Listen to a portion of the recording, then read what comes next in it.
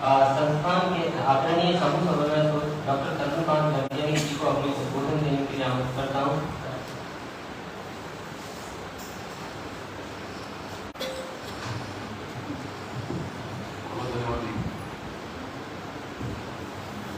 सभी को नमस्कार। मंचासीन आज के कार्यक्रम के माननीय मुख्य अतिथि श्रीमान इशाक अहमद मुगल साहब, जो कि एक जाने माने वन सेवा के अधिकारी हैं और जिनका आफरी के साथ बहुत समय से जुड़ाव रहा है और अभी भी जुड़ाव है। साथ ही विशेष अतिथि श्री प्रदीप शर्मा जी, जो कि एक जाने माने अंतर्राष्ट्रीय स्तर के पर्यावरणविद हैं। आदरणीय निदेशक महोदय बालोत्सव श्रीमती भावना शर्मा जी एवं मेरे समस्त साथियों एवं सहकर्मी, आज विश्व मरु प्रसार रोग दिवस और ये हर साल हम मनाते रहे हैं। और आज का जो हमारा जैसा मौसम है उसको देख के शायद कोई कह नहीं सकता अगर आज कोई धरती पे आज आए कहीं टाइम ट्रेवल करता हुआ तो ये उसको लगेगा कि इसलिए मनाना, ऐसा लग रहा है कि शायद मरु प्रसार का हमने ऑलरेडी रोक हो गया है, तो रोक दिया है। तो शायद ये क्लाइमेट चेंज की बदौलत है कि रेंज इतनी हो रही है, ये जियो क्लाइमेटिक कंडीशंस, साइक्लोन्स आते हैं, पर उसका अभी एक बहुत सुहावना सा असर दिख रहा है हमें कि बरसात हुई है चारों तरफ, पश्चिमी विक्षोभ की वजह से बहुत सारी हरियाली हो गई है। कभी भी जून में ऐसा नहीं देखा है, खासकर हमारे वेस्टर्न राजस्थान में ऐसा कभी नहीं हुआ। इस बार जो विश्व मरु प्रसार रोग दिवस है, इस वर्ष महिलाओं की अहम भूमिका, उनकी भूमि और उनके अधिकारों की थीम पर इस दिवस को मनाया जा रहा है। आप सभी जानते हैं यूएनसीसीडी का नोटिफाइड ये दिवस है, हर साल मनाया जाता है और इस बारी महिलाएं, उनकी भूमि, उनके अधिकार इसका थीम है। महिलाएं भूमि के स्वास्थ्य में एक महत्वपूर्ण हिस्सेदारी रखती है, फिर भी अक्सर उनका इस पर नियंत्रण नहीं रहता। दुनिया के सभी हिस्सों में महिलाओं को भूमि अधिकारों को हासिल करने, फलने फूलने और समृद्ध होने की उनकी क्षमता को सीमित करने में महत्वपूर्ण बाधाओं का सामना करना पड़ता है, हम सभी जानते हैं। और जब भूमि बंजर हो जाती है और जब पानी की कमी हो जाती है खासकर, तो महिलाओं के लिए अक्सर इसका जो असर होता है वो बहुत ही विपरीत और बहुत ही कठिन उनके लिए कठिनाइयां पैदा करती है। 2023 मरुस्थलीकरण एवं सूखा दिवस भी इसे कहा जाता है के लिए वैश्विक ध्यान महिलाओं के भूमि अधिकार पर है, क्योंकि अगर हम थोड़ा सा और इसके बैकग्राउंड में जाएं तो आपको विजिट है कि 2030 तक लैंगिक समानता और लैंड डिग्रेडेशन न्यूट्रलिटी, जिसे एलडीएन बोलते हैं, फिर वे हमें कुछ टारगेट्स हैं जिन्हें अचीव करना है और उससे इस लैंगिक समानता को और इनको जोड़ा गया है और वैश्विक लक्ष्य जो है इन्हें प्राप्त करने के लिए और जो हमारे एसडीजी के जो सस्टेनेबल डेवलपमेंट गोल्स हैं उनको भी हमें अगर प्राप्त करना है तो बहुत अति आवश्यक है कि हमें महिलाओं के योगदान को समझना होगा और जो उनके अधिकार और जो उनकी भूमि से संबंधित व्यवस्थाएं हैं उनमें बदलाव लाने की आवश्यकता है। इसीलिए मैं आपको इनफैक्ट एक आपका ध्यान आकर्षित करना चाहूँगा, एक बहुत ही ऐतिहासिक अध्ययन यूनाइटेड नेशंस के यूएनसीसी द्वारा किया गया है और उस अध्ययन का जो शीर्षक है वो है the differentiated impact of desertification, land degradation and drought on men and women. ये अध्ययन किया गया है। इस अध्ययन में ये पाया गया है, इसके अनुसार दुनिया के हर हिस्से में लैंगिक समानता अधूरी रही है। ये केवल भारतवर्ष की नहीं, पूरे विश्व में स्थिति बहुत अच्छी नहीं है। और इस स्टडी का आगे इसमें जो लिखा है वो इस प्रकार लिखा है, इसमें इससे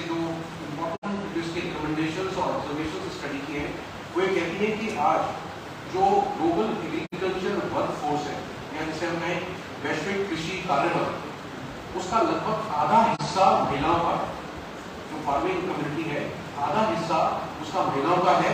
और फिर भी दुनिया भर में अगर हम भूमि धारकों को देखें, लैंड होल्डर्स, उसमें उनका हिस्सा 5:1 भी नहीं है। भूमि की जो मालिकिन है, जो खासकर एग्रीकल्चर वर्कफोर्स है, उसमें 5:1 उनके का रेशो है। तो ये एक अच्छा रेशो नहीं है। ये बताता है कि किस तरह से असमानता है पूरे विश्व में।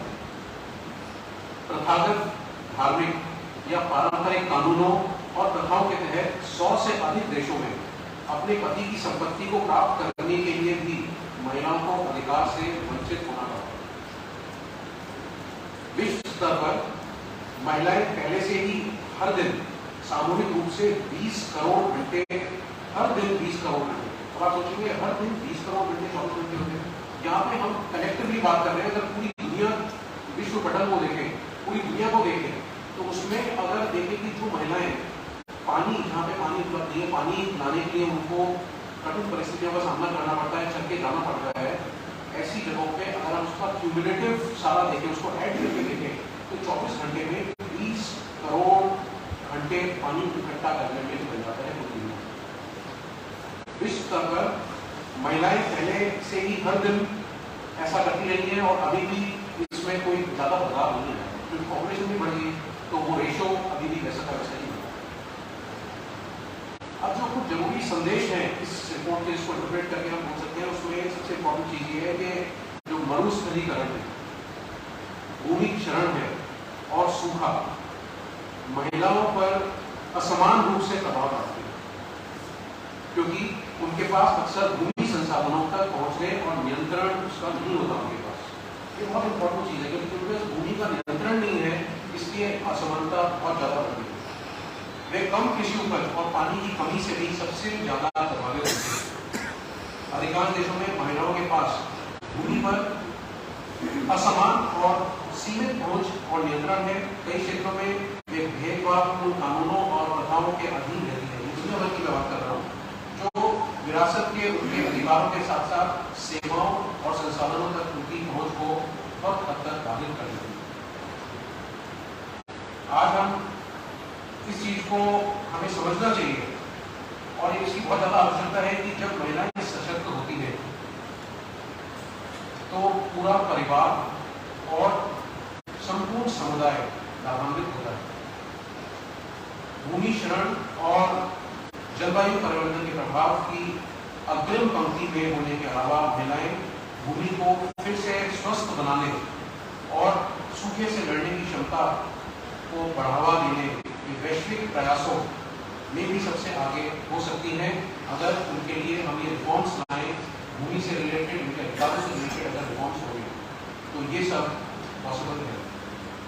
जेंडर रिस्पॉन्सिव लैंड रिफॉर्मेशंस गरीबी, भुखमरी और कुपोषण को कम करने का एक प्रशस्त मार्ग है। हमें इस चीज को समझना होगा। अभी तक हम इस ओर शायद ध्यान नहीं देते हैं। हम ज़्यादातर पौधे लगाने में इकोसिस्टम सर्विसेज की बातें करते हैं, जब ये सब बातें होती हैं, पर महिलाओं का योगदान कहीं ना कहीं उसको हम इस तरीके से देखते नहीं। भूमि और जो उससे संपत्तियां हैं उस पर महिलाओं की समान पहुंच में निवेश करना उनके भविष्य और मानवता के भविष्य में एक प्रत्यक्ष निवेश है। अगर हम महिलाओं के लिए ये कार्य करेंगे तो ये पूरे समाज के लिए, पूरे विश्व के लिए, पूरे पर्यावरण के लिए एक प्रत्यक्ष निवेश होगा। महिलाओं के भूमि अधिकारों को सुरक्षित करने से वैश्विक लैंगिक समानता और भूमि बहाली लक्ष्यों को आगे बढ़ाने में मदद मिल सकती है और व्यापक सतत विकास लक्ष्य अर्थात हमारे सस्टेनेबल डेवलपमेंट गोल्स हैं, उनकी उपलब्धि में भी ये योगदान पॉजिटिवली करेंगे अगर ये प्रयास हमने किए। तो हमें करना क्या होगा? ये सारी रिपोर्ट बोल रही है, ये सारी नॉलेज, सारे जो पर्यावरणविद हैं, जो सोशल साइंस के लोग हैं, वो सब बोल रहे हैं, इस तरफ इशारा कर रहे हैं। हमें महिलाओं पर मरुस्थलीकरण, भूमि क्षरण और सूखे के अनुपातहीन प्रभाव और भूमि के मुद्दों पर निर्णय लेने के उनके सामने आने वाली बाधाओं के लिए जागरूकता फैलानी पड़ेगी। ये हमारा एक बहुत इम्पोर्टेंट रोल है जो हमें प्ले करना है हम सभी को, खासकर हम संस्थान से संबंधित जो हम लोग पर्यावरण के लिए काम करते हैं और जो हमारी आजीविका है, हमारा तो और भी ज़्यादा ये इम्पोर्टेंट एक रोल है कि हम ये जागरूकता को हम आगे बढ़ाएं और फैलाएं। हमें टिकाऊ भूमि प्रबंधन और व्यापक SDG में महिलाओं के योगदान पर प्रकाश डालना होगा और इसको आगे तक इसका संचार करना होगा। साथ ही हमें दुनिया भर में महिलाओं के भूमि अधिकारों को आगे बढ़ाने के लिए वैश्विक समर्थन जुटाने के लिए जो प्रयास हो सके वो करने पड़ेंगे। तो अंत में मैं यही कहना चाहूँगा कि इन प्रयासों के बिना, इन चीज़ों को समझे बिना मरुस्थलीकरण व सूखे से निपटने के लिए एनडीएम गोल्स को समय पर हासिल करने के लिए हम चाहे कितने भी वृक्ष लगा लें, कितने भी हम इकोसिस्टम सर्विसेज की बात कर रहे हैं, कितने भी पर्यावरण से संबंधित कार्य कर रहे हैं, वो वन साइडेड ही होंगे जब तक हम पर्यावरण के प्रति कार्य करने के लिए महिला सशक्तिकरण नहीं करेंगे, ये प्रयास नहीं करेंगे, हम कहीं ना कहीं अपने गोल्स को अचीव करने में कम रह जाएंगे, कहीं ना कहीं पीछे रह जाएंगे। और जो हमारे SDG के गोल्स है 2030 तक जो हमारे एग्रीमेंट्स के तहत हमें लैंड यूज डिग्रेडेशन यूटिलिटी के जो गोल्स अचीव कर रहे हैं उनको हम अचीव नहीं कर पाएंगे। केवल साइंस के और एनवायरमेंट के प्रति कार्य करने से कुछ नहीं होगा। हमें इसमें महिलाओं के योगदान को पहचानना जरूरी है और उस दिशा में कार्य करना, जागरूकता करना बहुत बहुत धन्यवाद।